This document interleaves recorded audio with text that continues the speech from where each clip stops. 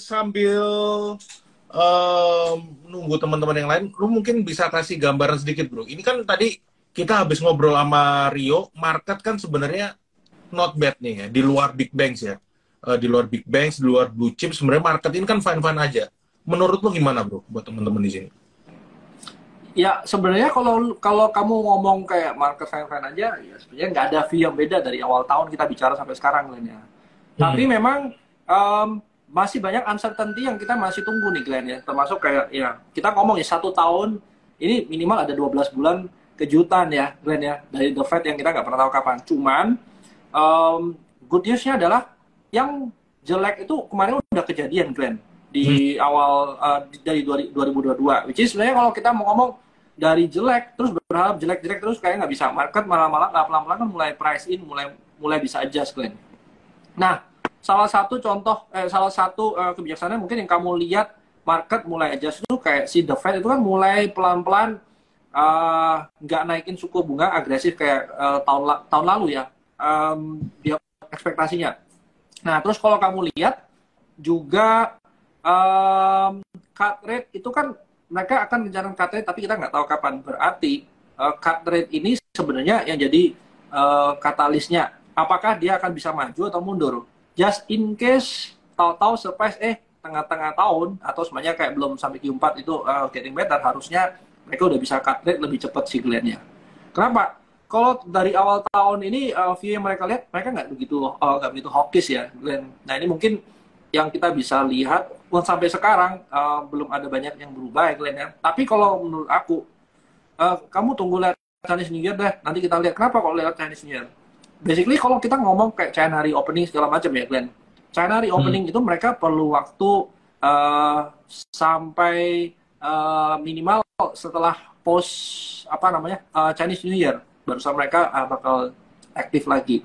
Sini kita Ya. banyak hubungan sama China ya, harusnya kalau kita berharap ada pergerakan masif dari China kayaknya nggak dulu gitu Glenn. Nah ini Hmm. ya Hmm. kalau kamu bisa lihat dari tahun-tahun sebelumnya dengan Chinese New Year memang agak slowing down ya. Chinese New Ya. Year terus hari kemerdekaannya China itu biasanya market agak slowing down yang relate sama China. Ya. Contoh kayak shipping ya, itu kalau lu yang kerja shipping ya Glenn ya, kalau memang deket-deket itu mereka pasti seminggu atau minimal 2 minggu 3 minggu itu udah mereka nggak mau kerja atau nggak bisa shipping. Nah apalagi momen besar waktu mereka mau reopening. Nah ini mungkin ya lu harus hati-hati ya, bukan berarti reopening jelek, enggak, sebenarnya lu harus tunggu sampai minimal 1-2 bulan adjust barusan dia kita bisa lihat dia bakal pick up apa enggak. Oke, oke, oke. Ya, sebenarnya gue agree banget sama lu, bro. Ya, jadi sebenarnya kalau kita lihat ya, asing ini salah satu yang kita tunggu kan, kapan asing ini akan mulai inflow lagi sih. Hmm. Karena dengan sentimen tadi yang lu bilang China reopening, kita sebenarnya juga nanti ujung-ujungnya pas kegiatan ekonomi mereka pulih, udah mulai rame, kita akan diuntungin. Hmm. Tapi kan yang balik lagi dan juga faktor pendorong selanjutnya adalah kapan asing ini akan inflow lagi ke IHSG nih, bro. Nah, jadi kan pertanyaannya mungkin ya kayak sekarang ini asing ini kan sebenarnya kalau kita lihat dari tahun lalu total-total ini kan masih net inflow ya kan. Total-total setahun dari awal tahun 2022 sampai sekarang ini totalnya mereka itu masih net buy. Nah, Hmm. tapi memang ini sentimen sementara lah. Sampai nanti kan mereka ini melihat nih IHSG, sorry, bukan IHSG, Hang Seng ini kan sebenarnya beberapa bulan ini udah naik hampir 50%. Sampai nanti asing ini melihat, oke, kayaknya China sama Hang Seng ini naiknya udah lumayan, udah cukup. Baru ngelihat lagi ke Indonesia. Kapan akan ngelihatnya ke Indonesia ya? Kayak kita, minggu depan ada laporan keuangannya banking, lalu habis itu data-data ekonomi kan juga akan kembali dirilis ya kan. Sebenarnya asing ini kan sudah mulai inflow di Indonesia itu di obligasi. Mungkin kalau teman-teman lihat juga sempat cek yield obligasi kita itu kan udah drop 10 tahun ya dalam beberapa hari semingguan terakhir lah. Terus rupiah kita juga menguat. Artinya gue juga waktu itu ngobrol sama teman-teman di obligasi, asing itu udah net buy lagi di obligasi kita sebenarnya.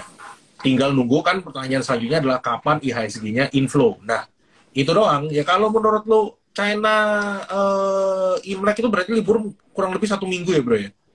Ya biasanya mereka kayak netnya mungkin kayak 2-3 minggu ya, tapi basically 1 bulan ini kayak hampir nggak ada activity.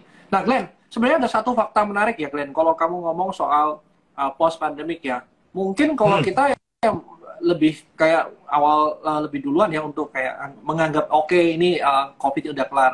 Sebenarnya apa sih yang bakal kejadian pent up demand ya Glenn ya? Artinya Ya. demand tuh bakal kayak shoot up ke atas ya Glenn ya. Terus apa lagi?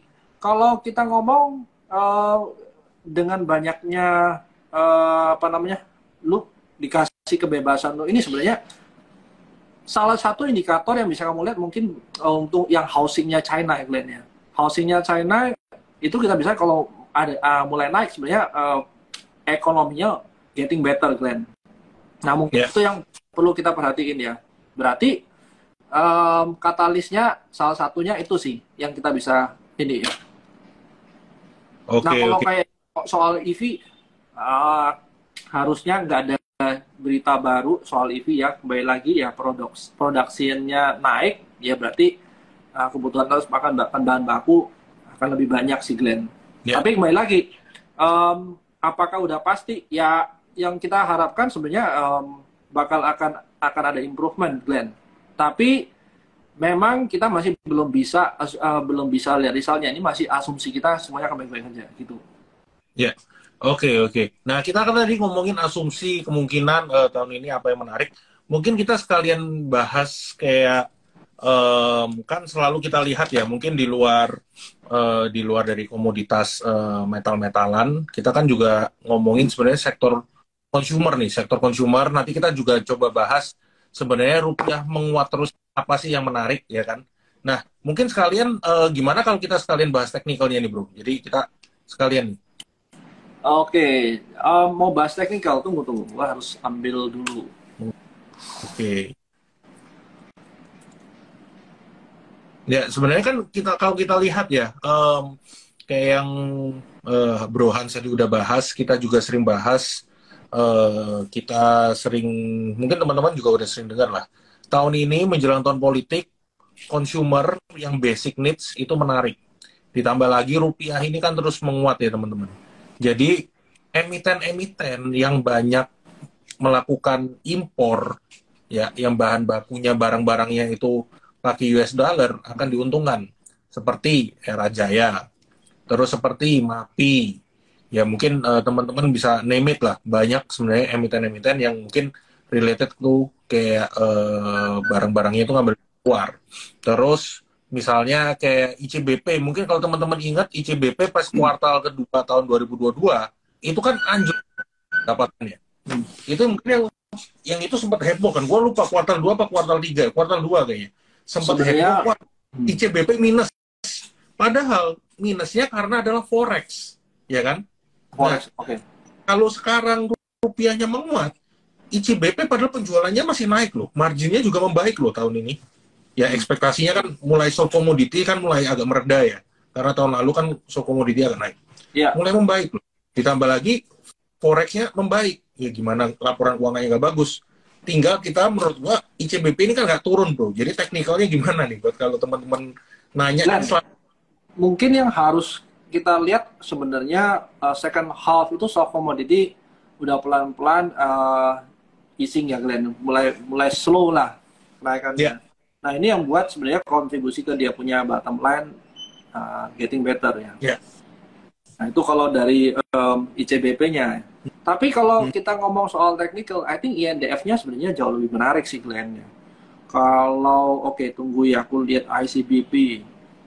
Nah, sebenarnya bahan bakunya ya, COGS-nya dari ICBP ini kan sebenarnya dari apa tuh Glenn?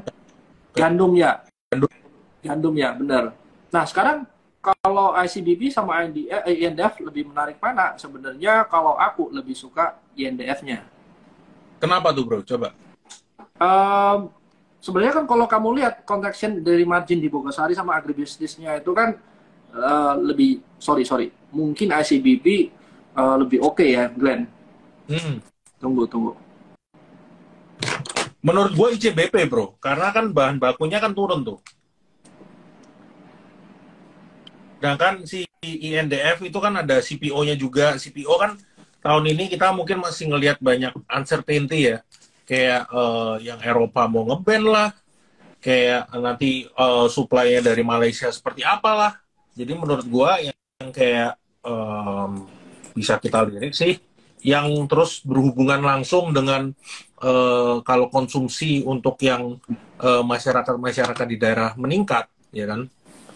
Ya, ya, ya. Nah, tapi anyway gini Glenn, apapun yang terjadi di fundamentals itu sebenarnya kalau tidak reflect ke share price sebenarnya sama aja bohong Glenn. Makanya benar kamu bilang harus lihat dari teknikalnya sebenarnya ready untuk naik apa enggak atau ready bakal reversal apa enggak. Coba ya, aku ini nih kebetulan sudah aku prepare.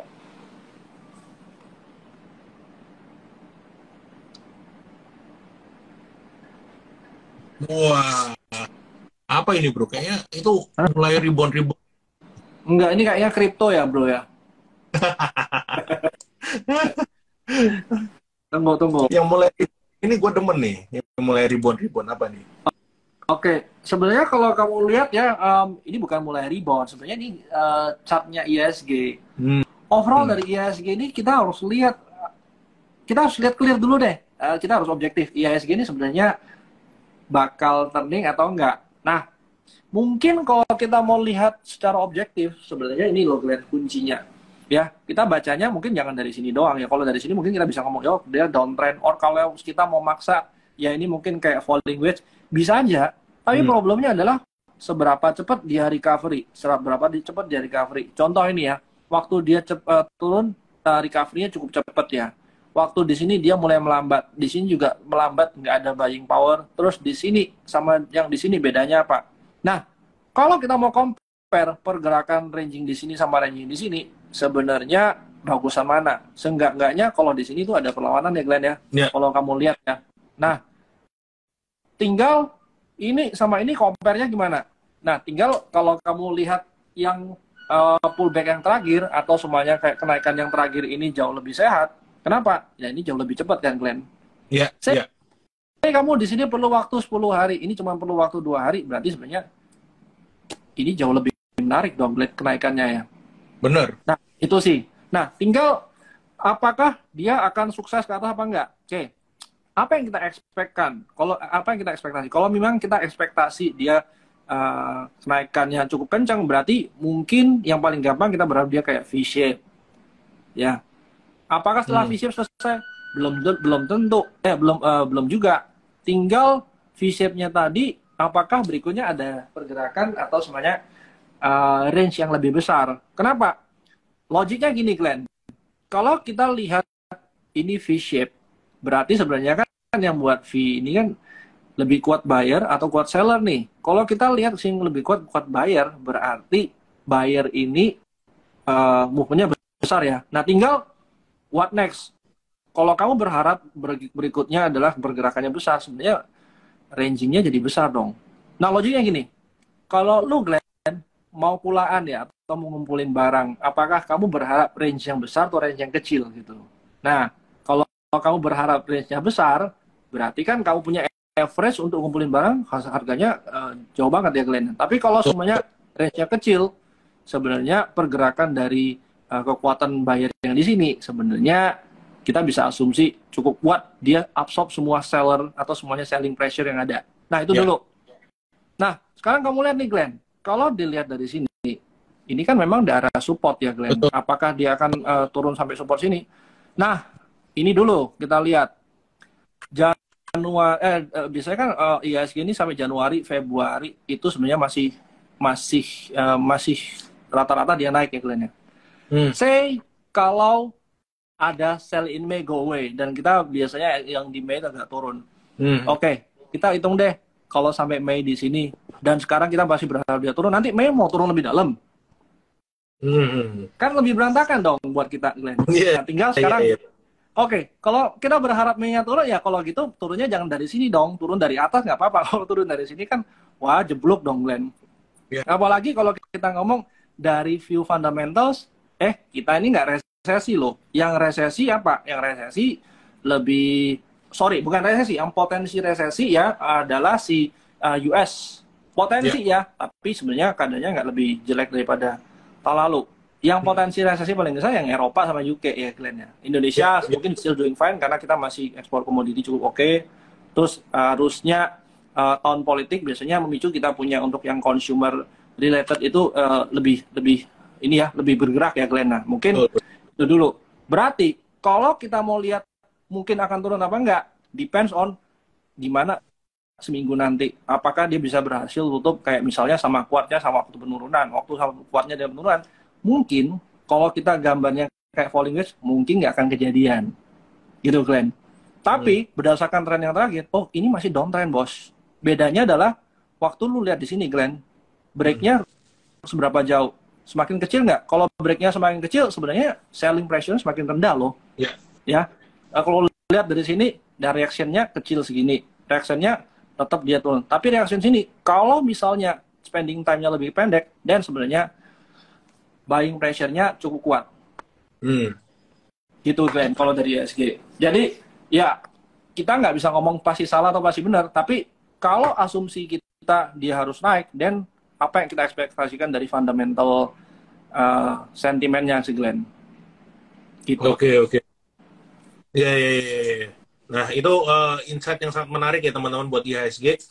Mungkin untuk mensupport argumennya Hans, menurut gua ya, kita kan melihat sebenarnya kalau dari kita dan teman-teman di Trimegah, untuk tahun ini kan kita sebenarnya masih cukup bullish on sektor banking ya bro ya, di luar consumer. Apa banking? Karena balik lagi teman-teman, kalau kita sebenarnya percaya dengan story perputaran uang itu akan meningkat, ekonomi di menengah ke bawah di daerah-daerah itu akan mulai berjalan lebih baik karena adanya kampanye politik dan lain sebagainya, konsumsi meningkat, tentunya ya itu pasti akan menguntungkan sektor banking, terutama banking yang memang fokusnya di masyarakat individu dan juga di daerah. Mungkin berarti BRI, kalau ngomongin masyarakat individu berarti BBCA. Menurut gua yang paling menarik dari BBRI adalah dia ini akan diuntungkan kalau tadi kan di daerah-daerah ini ekonomi konsumsinya meningkat, dan juga mereka kan sekarang udah punya pegadaian nih bro. Jadi apes-apesnya kita ngomong, waduh ternyata ekonominya di daerah masih nggak gitu bagus. Banyak orang yang gadain motor untuk menyambung hidup, gadainya kan juga mungkin di pegadaian juga gitu kan. Apes-apesnya BRI dapat bro dua-duanya. Glenn, tapi gini Glenn, kalau kamu bilang ya, tahun lalu itu kita punya apa namanya komoditi itu banyak naik loh Glenn. I mean banyak kontribusi ke kita GDP ya. Nah, kalau kamu lihat yang namanya tambang itu nggak ada yang di luar Jawa, di Pulau Jawa Glenn. Rata-rata di luar Pulau Jawa. Nah, betul. Kenapa? Kalau lu lihat Glenn, dari Alfamart itu dia mulai buka cabang di luar lebih banyak ekspansinya. Berarti kalau semuanya kamu lihat ya ekspansi di luar, kenapa? Ya memang buying power-nya jauh lebih besar. Kenapa buying power lebih besar ya? Kalau kamu lihat ya, Alfamart buka di Gorontalo itu. Kenapa? Lah, di Sulawesi punya tambang jalan, bos. Kalau kalau di luar itu dapat kerja cukup banyak, harusnya ya buying power di luar Jawa jauh lebih bagus dong. Yang dimana selama ini konsentrasi di Jawa, sekarang mulai menyebar di luar pulau, Glenn. Nah, ini sebenarnya bagus untuk kita punya ekonomi, Glenn. Itu sih agree banget, bro. Kayak sebenarnya itu kan udah kelihatan ya dari data-data kayak laporan keuangan dari sektor komoditas. Terus kan kita kayak juga believe ya tahun ini dari spillover dari commodity effect itu kan mungkin nggak langsung, tapi akan perlahan-lahan akan kelihatan ya kan. Tapi kan tadi sebenarnya yang gue ngomong soal orang gadain motor itu bercanda ya teman-teman, jangan dianggap serius. Jadi sebenarnya anyway, sebenarnya yang mau gue tekankan adalah dengan BRI punya pegadaian, jadi source of income mereka itu bertambah. Intinya itu aja sih. Ya, betul Glenn. Nah, kembali lagi ya kalau kita ngomong secara ini ya, berarti apa aja sih yang bakal jalan? Oke, kita lihat Glenn. Tambang ini lebih banyak menggunakan orang yang mungkin ya mid to low punya ini ya Glenn ya. Sementara kalau mid to low, kalau kita mau maju, sebenarnya yang di bawah harus punya duit nih, Glenn. Iya. Kalau semuanya yang di bawah punya duit, barusan kebutuhan berikutnya yang medium to high ya, Glenn ya. Iya. Nah, kalau lu lihat nih, Glenn, kita punya masyarakat Indonesia konsumtif, Glenn. Artinya, kalau lu punya duit, lu cenderung untuk belanja nih, Glenn ya. Iya, iya. Mungkin sampai certain level GDP lu di atas 10.000, Glenn. Barusan kita orang punya pikiran, oh kita mau invest. Sekarang belum. Sekarang belum, Glenn ya. Nah mungkin nanti kita akan nyambung ke kenapa kok kita ngomong GDP 10.000. Nah oke, balik lagi. Kalau sekarang, Glenn, kita punya negara konsumtif ya masyarakat.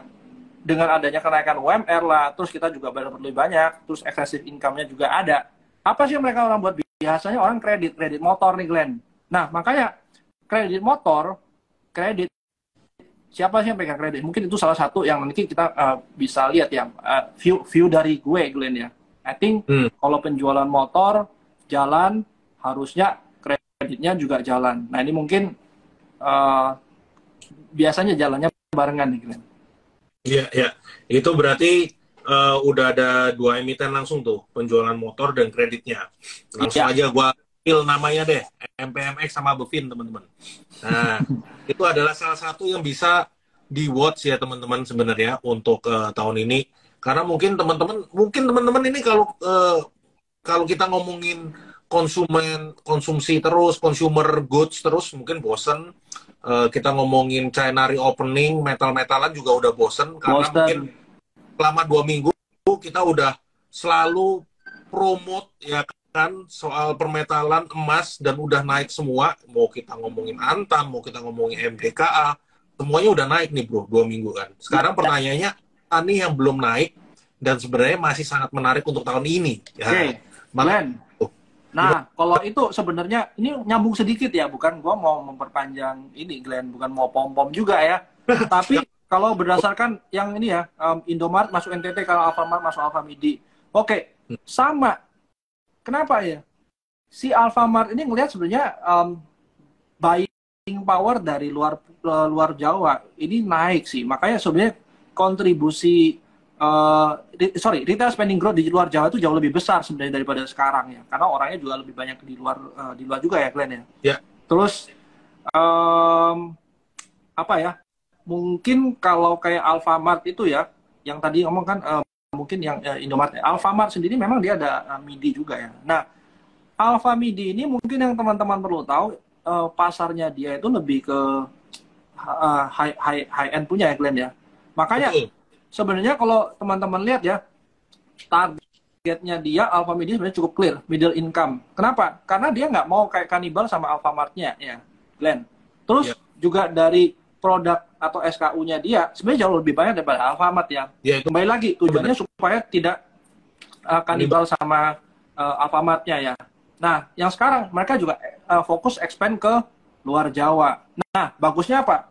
Karena mereka yang di Jawanya itu juga cukup bagus ya, Glenn. Terus juga mereka juga punya distribution center di luar pulau, Glenn, yang harusnya ini good catalyst buat Alfamart sama Alfamidi. Bedanya kalau semuanya Alfamidi itu sama lebih kecil ya, Glenn ya. Nggak begitu liquid ya, Glenn ya. Iya. Nah, gitu. Terus dengan adanya grup. Kenapa, Glenn? Ya. Gue tambahin sedikit, bro, soal Alfamart dan Alfamidi ini. Gue sebenarnya setuju banget. Ya mungkin kalau teman-teman ngelihat bandingin valuasi juga ya. Alfamidi ini kan lebih murah, bro, dibandingin Alfamart. Ya kan? Cuman iya, betul. Cara valuasi itu lebih murah. Tapi teman-teman mungkin sering dengar ada yang namanya valuation trap. Jadi sebenarnya saham ini akan naik kalau ada flow. Ujung-ujungnya kan flow ini ya, bro ya. Kayak sentimen flow, mau laporan keuangan bagus, tapi kalau nggak ada yang beli ya nggak naik, teman-teman. Ya. Nah, makanya itu perlu banget dilihat flow dan likuiditas, ditambah saham ini tuh masuk ke indeks-indeks gede nggak sih? Nah, kalau Alfamart itu kan ada di MSCI, ada di LQ45, dan berpotensi masuk ke IDX 30 nih, teman-teman.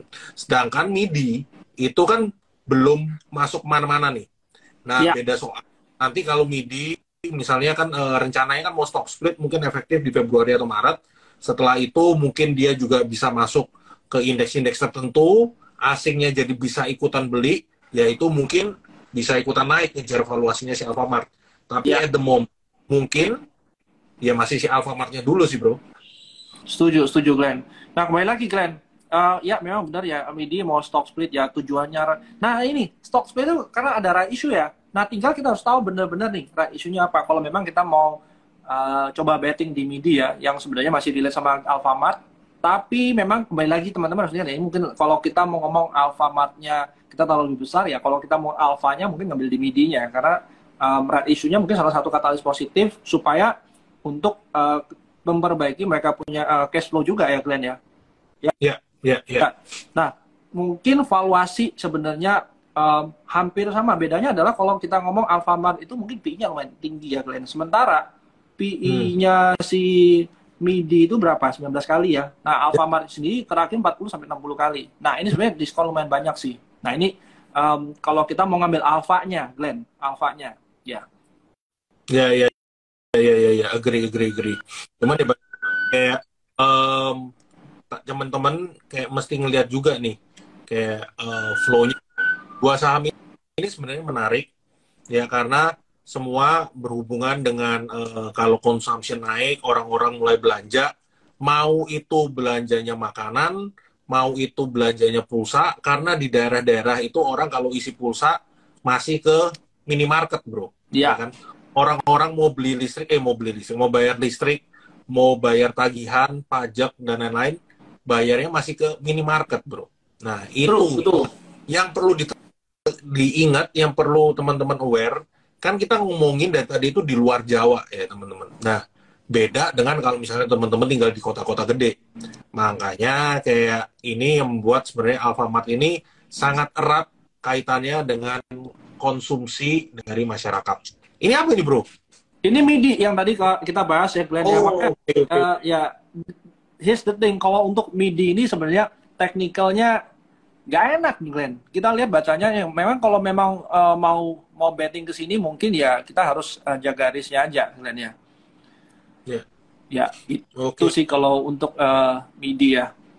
Kalau Alfamart-nya gimana teknikalnya bro? Alfamart-nya somehow kita kalau ngomong chart itu jauh lebih gampang kita lihat nih Glenn. Nah seenggak-enggaknya lebih ada bentuknya ya. Lebih ada bentuknya.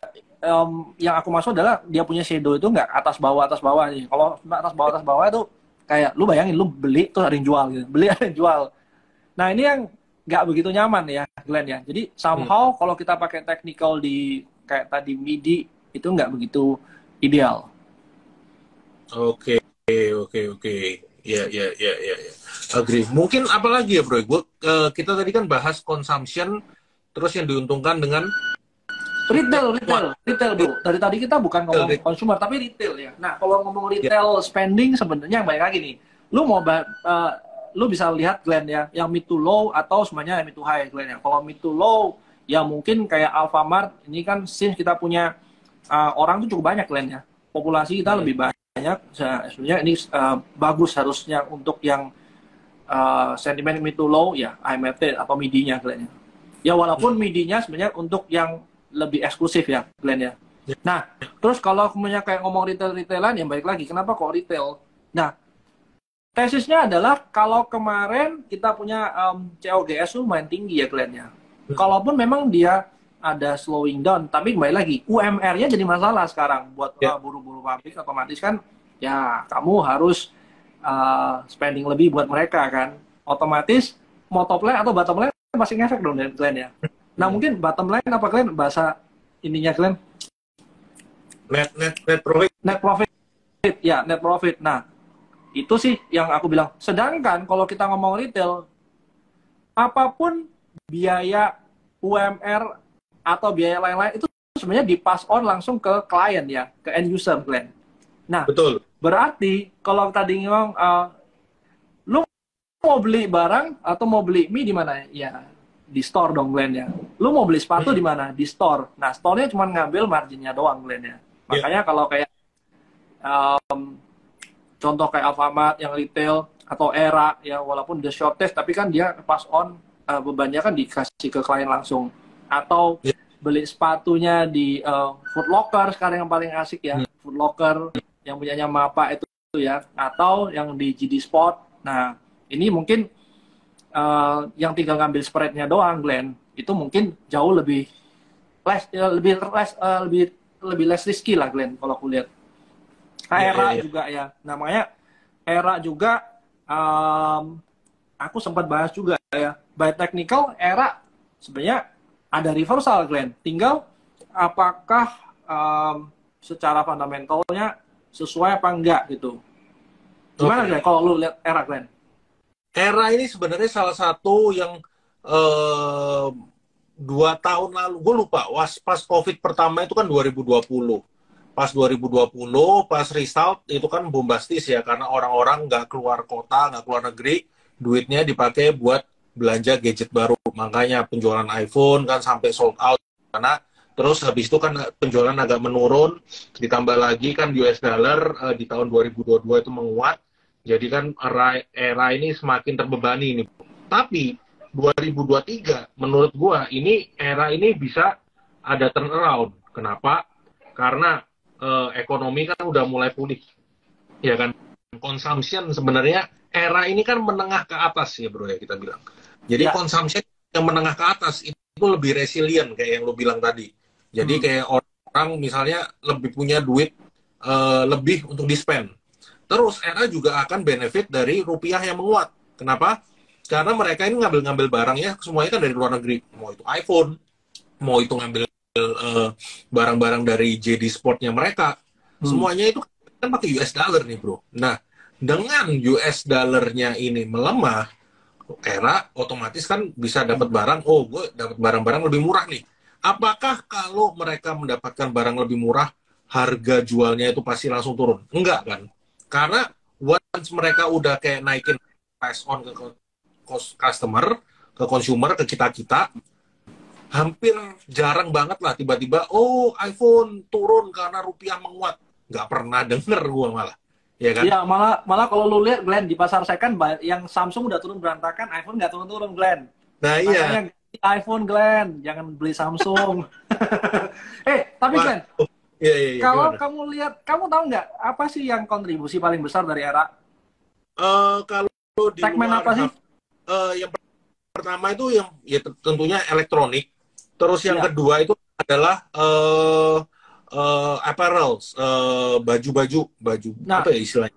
Di toko itu. Sebenarnya, Glenn, yang kontribusi paling besar ya, kalau kamu benar-benar baca itu sebenarnya dia punya aksesoris. Oke. Kenaikannya tuh 152%-an ya year on year, Glenn ya. Sementara ya mobile tablet ya 1%-an. Memang ada ini ya. Nah, mungkin kalau lu lihat, Glenn, Era itu kan sebenarnya kan dia punya Era Phone, terus dia punya Xiaomi, terus iBox ya. Dia sebenarnya segmentasinya cukup banyak sih, Glenn ya. Kalau mau yang murah ya lu ngambil Xiaomi-nya. Anyway, Era Phone ya lu ngambil yang mahal, murah juga ada. iBox-nya untuk yang mungkin yang lebih eksklusif. Ya, dia cukup lengkap sih, Glenn.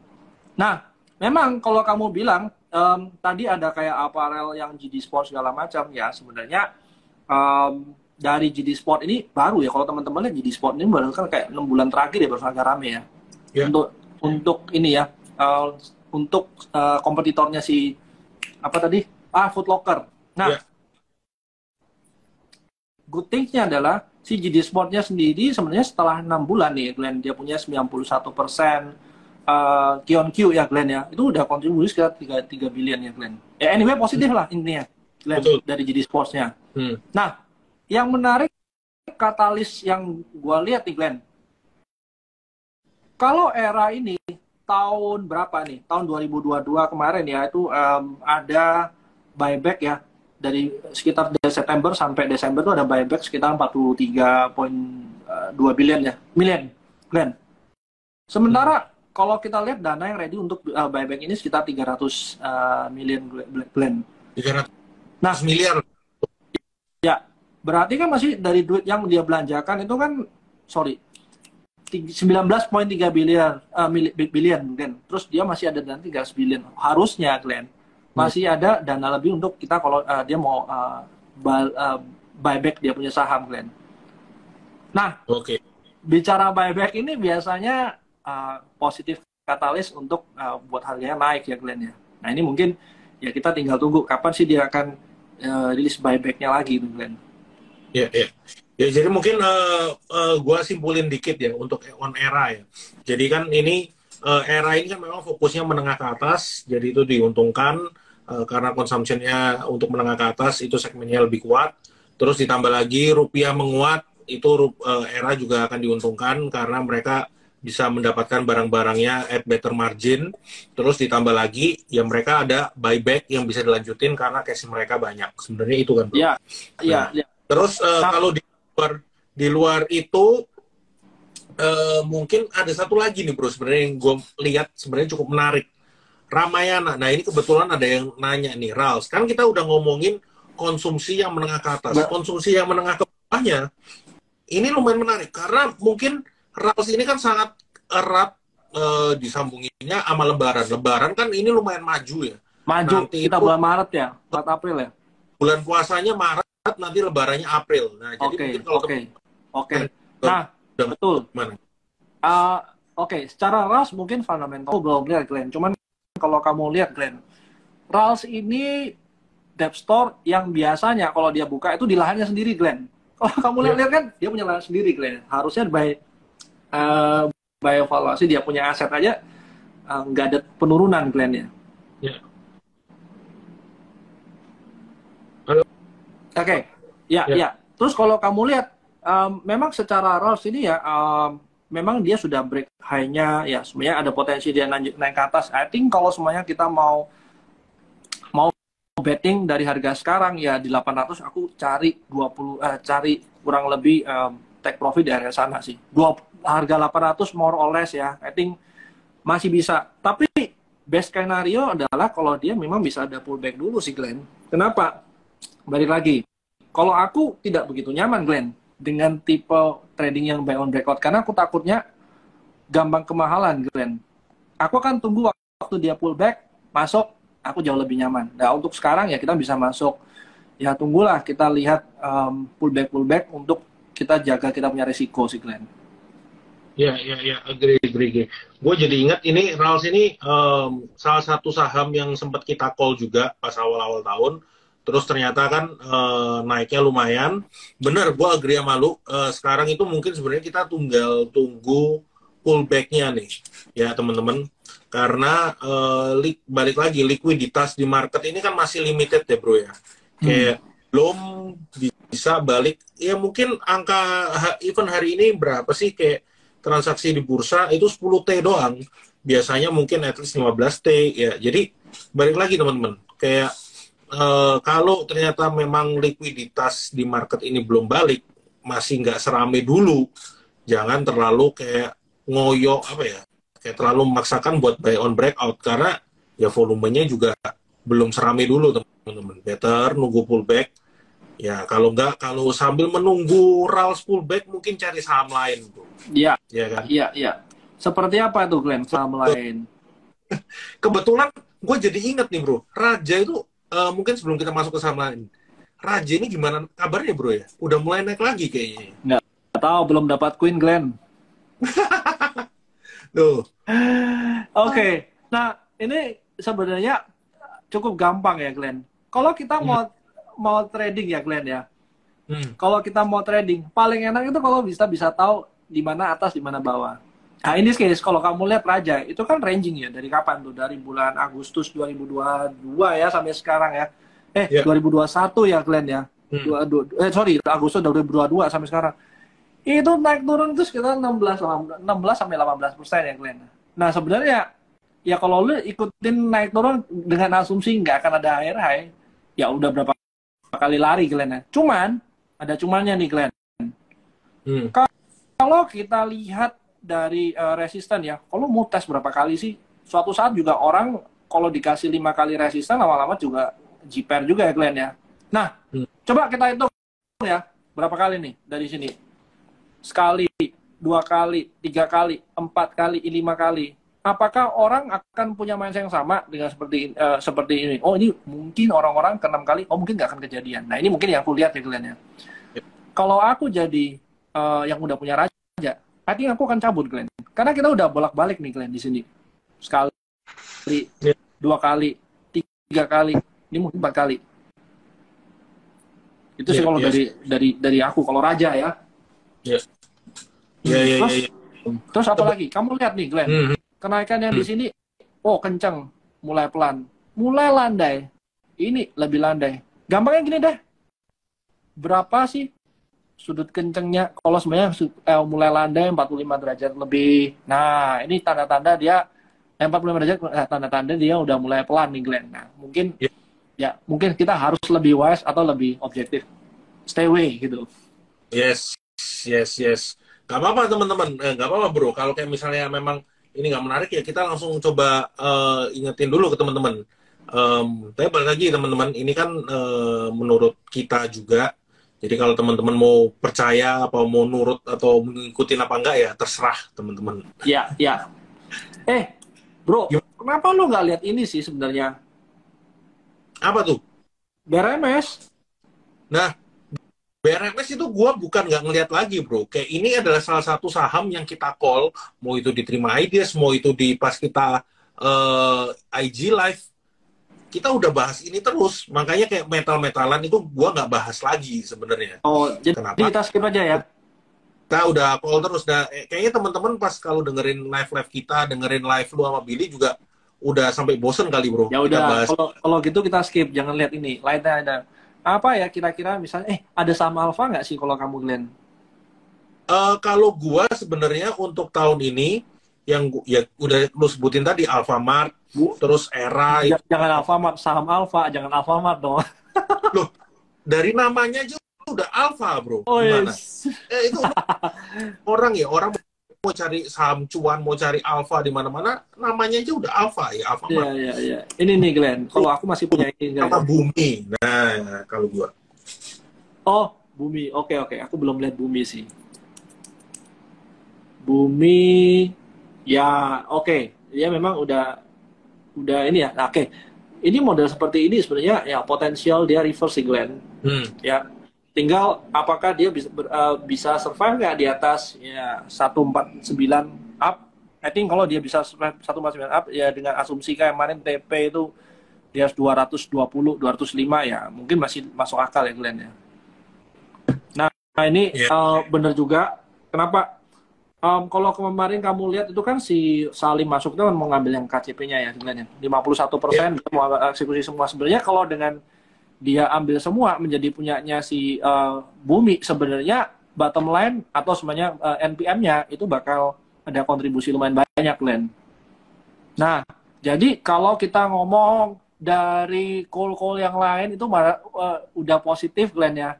Terus kalau kita berharap lebih naik lagi, mungkin agak susah. Tapi kalau dari call yang ini, Glenn, bukan dari positif, masih dari negatif jadi positif. Nah, ini mungkin jadi lebih menarik dibandingin yang lain ya, Glenn. Ya. Kalau untuk Bumi sih, menurut gua kan dengan Salim masuk ya bro. Jadi kan it's time tahun ini tuh untuk mereka show improvement, nunjukin profit gitu. Jadi mau Bumi kebanyakan retail buat TikTok. Duh, justru enak ya kan buat trading. Tuh, justru yang namanya retail kalau nggak TikTok yang nggak retail dong gitu. Jadi ini dong, jadi aset management. Retail yang TikTok gitu. Nah, but anyway, menurut gua kayak menarik karena justru ya mereka Bumi time to show profit, time untuk menunjukkan ada improvement ya kan, nunjukin company gua ini sebenarnya bisa profitable loh. Ya, itu sebenarnya yang orang-orang tunggu tuh. Jadi anything yang related to Salim, tapi bukan di luar Indofood-nya ya. Ya, jadi kan berarti kan ada Bumi, ada BRMS, dan juga satu lagi yang mau IPO bro, Aman Mineral, itu kan ada Salimnya juga. Ya, betul. Tapi kalau ngomong Bumi ada satu lagi menarik nih kayaknya bro. Apa nih? Ayo tebak. Gak kelihatan bro. Emitennya sengaja nggak dikeliatin Glenn. Ayo dong cari dong, males banget. Harganya aja gue nggak bisa ngelihat ini bro. Harganya 67 Glenn. Ayo, ada yang bisa tebak nggak? Kars lah. Loh, bukan gila lu, Kars. Ini mah BNBR. Kars sudah nggak 60-an ya? Gila. Sorry. Loh, ini Kars BNBR, sudah bos. 60-an. Ya, makanya ini kalau ngomong mau bakri-bakrian ya, just in case grup bakri sama-sama jalan, ya mungkin BNBR bisa. Tuh, ada yang jawab BNBR nih, Glenn. Kamu kalah pinter, Glenn, ternyata. Ya, 67. Oke, bercanda ya. Nah, mungkin 67, 65, itu mungkin ya risikonya juga nggak gitu besar ya, Glenn ya. Sebenarnya kayak 10%. Kenapa gua bilang nggak besar? 10% itu kalau kita risk tinggal 11% ya, Glenn ya. Kalau mau ini ya. Nah, berarti kalau semuanya kita ngomong BNBR, asumsi lah ya, Glenn, dia cuma sampai resisten sampai sini ya. Kita diskon resistennya di bawah dikit, ya 19%, 20%, berarti lu 1:2 loh, Glenn. Iya, iya. Nah, ini mungkin ini juga ya. Kalau Dewa memang sih kalau kita ngomong oh iya dia disupport kuat ya. Kalau tinggal dikit 50 memang support kuat ya. Cuman apakah kita ngomong nih logik dulu ya. Yang namanya coal production ini harusnya tahun ini ya nasional ya bakal turun, Glenn. Bakal turun. Bakal turun berapa ya? Sebentar ya. Aku punya catatan mana ya coal production. Wait. Nah, coal production output tahun ini ya, output tahun 2022 kemarin kan kurang lebih ya naik 8% ya. Tapi kalau tahun ini nih, Glenn ya, forecast-nya cuma 4,7%. Nah, since kalau lu ngomong forecast-nya cuma berapa persen, naik 4% ya, Glenn. Dan, Dewa ini adalah kontraktornya si Bumi, Glenn. Ya otomatis kan secara revenue dia nggak bisa wah banget nih, Glenn ya. Ya.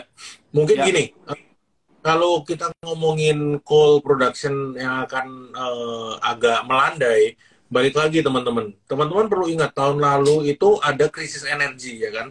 Krisis energi terutama di Eropa, orang mau beli gas itu harganya ketinggian, nggak ada barang, akhirnya beralih ke batu bara. Nah tapi kan harga natural gas-nya ini udah mulai turun nih, supply udah mulai ada nih. Nah apalagi China udah reopening, China udah balik produksi batu bara bisa balik normal sebelum kayak COVID karena mereka kan udah reopening kan. China itu produsen batu bara terbesar di dunia. Ya jadi Indonesia lihat lah kalau misalnya krisis energi udah berkurang, supply udah makin banyak dari China, ngapain gua ningkatin production lagi? Ya. Kalau gua ningkatin production lagi, ada malah oversupply, harga batu baranya makin turun kan. Iya, betul. Nah sekarang kalau kita ngomong tadi balik lagi ya, kalau kita ngomong Dewa memang dekat support. Memang kalau secara by risk and reward, jadi seperti seakan-akan menarik ya. Tapi mungkin teman-teman harus sadar juga nih, Dewa kalau dia minim katalis dan tidak di dalam sentimen makro yang bagus, ya mungkin agak susah naik ya gitu. Nah itu sih, Glenn. Nah kalau misalnya contoh ya apa sih kalau kita ngomong sesuai industri sebenarnya jauh lebih gampang ya. Contoh kalau sebenarnya pas tahun lalu kita 2021 ya kemarin kita ngomong soal nikel-nikelan itu gampang banget naik. Nah kalau semuanya kayak sekarang kita ngomong coal lagi, mungkin orang udah bosen ya. Kenapa? Udah naik berapa banyak dan kita nggak bisa anggap oke, satu lagi nih. Coal ini kita nggak bisa anggap dia sampai 400 ya, mungkin sekitar 220 per ton ya, Glenn ya. Nah ini mungkin akan ada adjust dia punya margin juga ya, Glenn. Nah itu sih kalau ini. Nah kayak CEM nih teman-teman ya, ini CEM juga sebenarnya gue tahu nih kenapa kok orang bilang CEM ini mungkin ya kembali lagi ya, CEM ini kan sentimen. Disambungin sama saham yang tadi kayaknya bro. Tapi buat anyway, kenapa gimana teknikalnya? Oke, kalau lo ngomong teknikalnya gini, kalau cuma mau ngambil 5%, 10% ya, dan memang mau betting, ya kenapa nggak lu betting sekalian ke CMW-nya? Nah ini mungkin jauh lebih menarik kalau menurut gue ya, Glenn ya, karena kemarin gue naik 50% cuma 2 hari ya. Kalau sekarang, kalau memang mau betting ya, ngambil di CMW-nya dong, kalau gue, Glenn ya. Ya. Gitu. Ya. Oh, satu lagi nih bro, mungkin kalau gue sebenarnya ngeliatin friend untuk tahun ini, ya kan? Karena kayak kan kita udah ngomongin sektor konsumsi, kita udah ngomongin Alfamart-nya, udah ngomongin retailersnya. sektor telekomunikasinya menurut gua kayak ada Excel, Telkom dan lain-lain. Friend ini salah satu yang menarik. Kenapa? Karena balik lagi kalau kita ngomongin opsa yang murah, yaitu salah satunya Friend, ya kan. Terus ditambah lagi mereka juga ada kontribusi dari Moratel, ya kan. Terlepas dari Moratel yang CEO-nya kena masalah, kita nggak ngomongin itu, kita ngelihat laporan keuangannya aja. Terus sektor telekomunikasi udah nggak ada price war, bener. Kan sekarang udah makin sehat karena providernya tinggal 4 yang gede-gede kan. Dan dari teknikalnya menurut gua ini udah bottom. Menarik. Oke, Glenn, sorry ya kalau menurut gue masih belum menarik. Kenapa nih, Glenn? Mungkin beda dikit ya sama lu ya. Soalnya gini, Friend itu kemarin dia keluarin warrant sebenarnya kan untuk buat dia punya yang Spectrum ya, Glenn ya. Perlu dana kira berapa? 25T ya.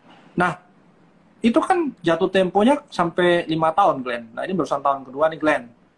So, still ada 3 tahun ke depan yang kita belum tahu bakal ditebus apa enggak nih, Glenn. Nah, ini mungkin downside yang gua rasa uncertainty-nya cukup tinggi nih, Glenn. Apalagi model seperti ini ya, Glenn ya. Nih, kalau ngomong kebutuhan akan ya kita ngomong data itu sekarang sebagai kebutuhan primer, yes bener. Tapi kalau dari Friend-nya sendiri, sebenarnya gameplaynya jadi kan di Moratel-nya, Glenn ya, sama data centernya dia yang dia mau buat dia Spectrum itu. Ya Spectrum maksud gue. Nah, otomatis kalau sekarang mau ngomong ini, menurut gue agak risky. Gue lebih prefer mungkin ya Excel atau Indosat-nya sih, Glenn. Oke. Ya, ini teman-teman catat nih. Hari ini Hans nggak setuju, Friend. Nanti kita lihat bulan depan. Wah. Kurang ajar ya, ya. Oke. Mungkin sekalian ya, Glenn. Since kamu udah ngomong Friend ya, kita coba lihat ya Excel mungkin ada entry point bagus nggak gitu. Nah, kita lihat Excel nih, Glenn. Nah, mungkin kalau ngomong trading ya, Excel ini somehow lebih gampang sih, Glenn. Ya, walaupun secara Moratel dia punya bottom line akan lebih gampang bagus daripada yang lain, since dia dari low base ya. Tapi nih, satu lagi reason kenapa aku masih belum lihat Friend itu menarik. Friend ini kan sebenarnya dia akan profit di ibu kota negara ya, Glenn. Nah, kalau lo mau ibu kota negara, ini nggak akan kejadian dalam waktu sekarang nih, Glenn. Ya, karena ada tahun politik, so budget semua lagi nggak ke sana. Jadi, kalau mau lihat, I think tunggu sampai tahun politiknya selesai sih, Glenn. Barusan kita ngomong, ya Friend-nya bakal jalan apa enggak.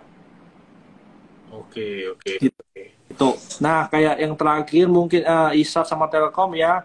ISAT ini sebenarnya juga menarik ya harga-harga sekarang ya, Glenn ya. Tapi nggak ada sentimen apa-apa lagi sih, Glenn. Kalau mau Hutchison juga kemarin setelah merger juga belum kemana-mana kan ya. Nah, ini mungkin tunggu dulu deh kalau gue. Tapi kalau mau masuk, I think gue akan prefer itu, Glenn. Nah, Telkom malah sebenarnya jauh lebih menarik nih. Nah, kenapa menarik? Nah, ini kan trennya walaupun nggak begitu kuat ya, Glenn, tapi memang secara tren ini kan masih lagi arahnya ke atas sih, Glenn. Seenggaknya nggak ada new low. Nah, itu aja sih, Glenn. Oke. Yes, bro, ini nggak kerasa udah mau 9:30 nih. Mungkin kita lanjut besok ya, teman-teman. Jangan lupa besok ini masih ada Market Talk di jam yang sama, jam 8 malam. Thank you, Bro Hans. Thank you, Glenn. Oke, thank you teman-teman semua. Thank you semuanya.